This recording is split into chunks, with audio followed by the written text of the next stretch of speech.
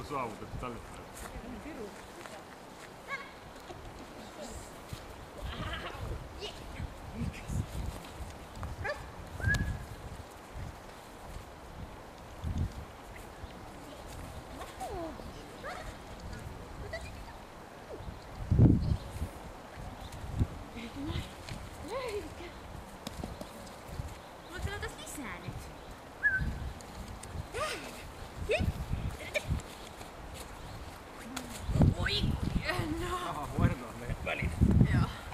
Vähän sinne päin koiran kanssa.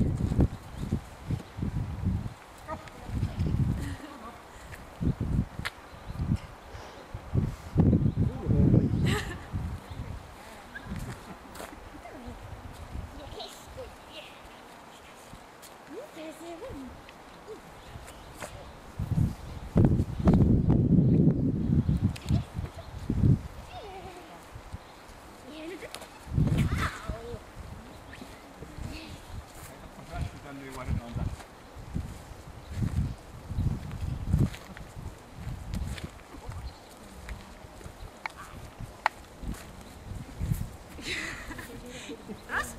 Liikki mulla paljon hieman.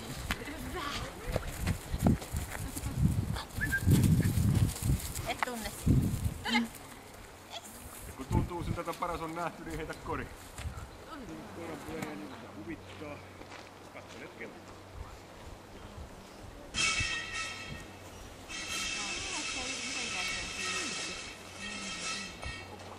Se on vaan itselle, hän itselle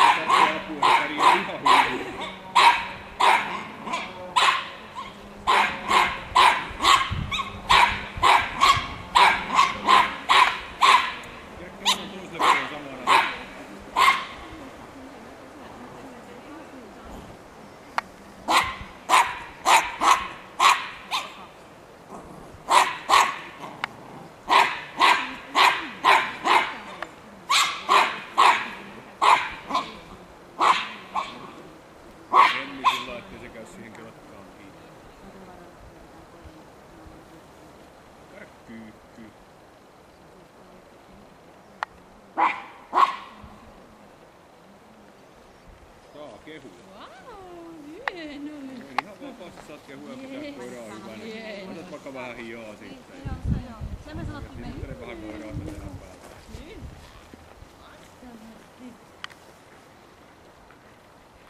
Ja menee haistelun puolella sinne, mistä kelkka tuli, niin kävelet.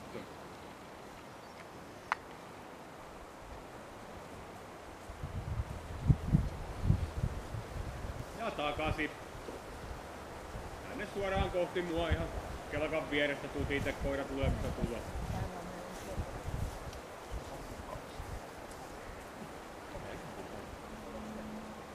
No niin. Oikeinko se läpi henkistä?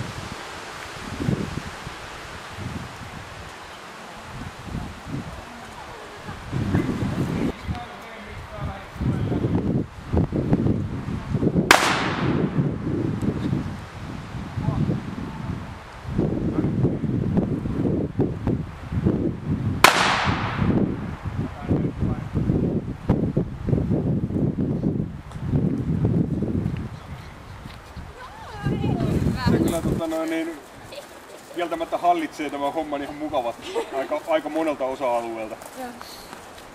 Mutta se, että olisi kehdattu sitä vielä enemmän antaa toimintakykyä, mikä jäi +1, niin olisi vaatinut sitä, että olisi sitä kelkalla vähän nopeammin toiminut ja olisi tarvinnut siellä vimeissäkin olla vähän määrätietoisempi, mutta hyvä ykkä. Varsinkin noi tommoset aggressioalueiden käsittelyt, niin ne oli kyllä ihan kauniita. Ei pelkästään se, että niinku esimerkiksi terävyys +2 suurilla jäljelle jäävää hyökkäyshalua, niin ei se, että se terävyys on suuri, vaan myöskin se, että se hyökkäys loppuu, niin se menee ohitanaksi. Ja se on tietysti hyvää kieltä myös hermaa. Siihen nähden tosiaan mukaan vahva esimerkiksi puolustushalu +2 suuri hillitty, niin just tosiaan se nopea palautuminen, niin se on kyllä hieno asia. Taisteluhalu, sitähän siinä on pirusti. Mutta se mikä siinä on se ongelma, niin kun me haetaan sitä taisteluhalua, että se taistelee ihmisen kanssa, että se lähtee leikkiin kepillä tai rätillä tai edes jollain. Sitähän se ei. Mutta sitten kun heitetään tynnyrillä tai kelkalla tai minkä kanssa, niiden kanssahan se kyllä taistelee vaikka minkä verran. Mutta no, tästä tulee nyt tää arvosana -1 pieni, koska se ei kerran taistele ihmisen kanssa.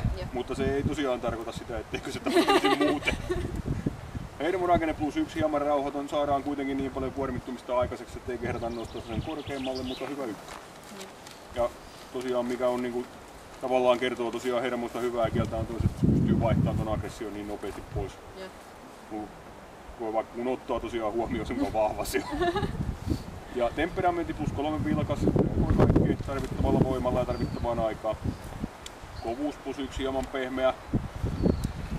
Sanotaan, että on paremmasta päästä hieman pehmeitä, mutta kuitenkin reagoi niin paljon tuolla pimeissä kolisteluihin, että täytyy sitten se pistää näkyviin ja siitä se pysyy.